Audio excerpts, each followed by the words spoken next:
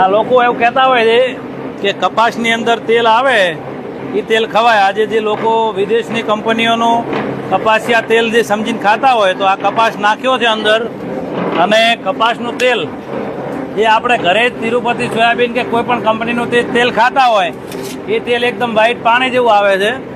અને આ કપાસ જે કરે છે જુઓ આ કલર બતાવે ભાઈ, આ કંકુ જેવો કલર આ કપાસનું કાયદેસર પશુઓ માટે છે અને લોકો પશુઓનું તેલ લોકો ખાવા માંડ્યા એટલે કેન્સરમાં કોઈ ઘર બાકી રહેવાનું નથી। એટલે મહેરબાની કરી કપાસના નામે કોઈ ખાતા હોય તો છેતરાશો નહીં, કારણ કે 50 થી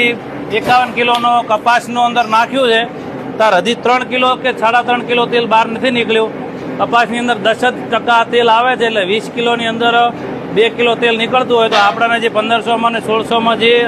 કપાસિયાના નામે જે ડબ્બા વાપરતા હોય તો એ બધું તમામે તમામ વિદેશથી મલેશિયા